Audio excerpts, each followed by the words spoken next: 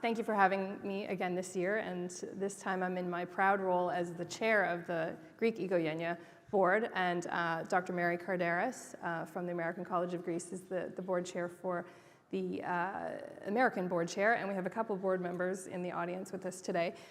So my perspective I just wanted to bring as certainly not a member of the youth generation, but I think it's important to remember, and so powerful to hear from the youth voices today, and remember what the impact is of having the voices at the table. And I think we've started to hear a little bit about that in terms of the importance of the education system, the importance of these particularly very tangible experiences that Konstantina and others spoke about for examples of engagement and particularly training.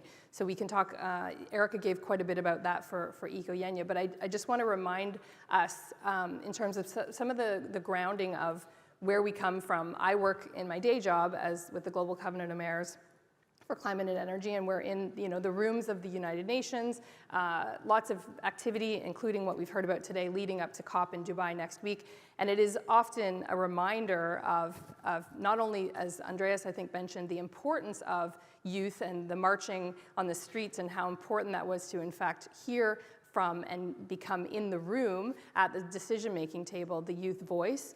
I think that's definitely come a long way. We know there's a long way to go in that respect. And I think there is a cause for, we hear a lot now about the term eco-anxiety and the importance of this next generation really having that kind of weight of the future and the worry, and even in terms of not just professional decisions, but in fact in terms of personal decisions about having children in the future, and many of those themes that we have to really remember when we are in those rooms with national leaders and international voices to make sure that perspective is really heard. So I think we heard a lot yesterday and this morning as well. There's obviously a lot of pessimism in terms of some of those trends, but I do think what's really powerful, and the reason why I'm very proud to be part of the Ecogenia team and some of the SDSN youth I know in Greece is doing some fantastic work, that is the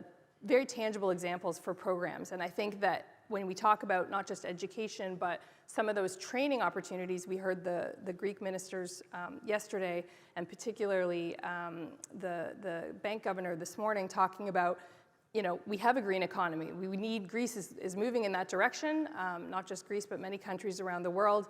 And what does that look like for, who are those workers going to be? How do we have that transition? How do we employ the next generation? So example like Ecogenia and other programs where that very specific training gives youth the opportunity and good paying jobs. How do we help transition and have people really advance their careers? And we know that Greeks particularly have been traumatized by the previous economic crisis. Many other countries are in similar situations, but how do we start, as we're starting to climb out of that, what does that look like for the transition of the next generation? And I think that's definitely a message of optimism and hope.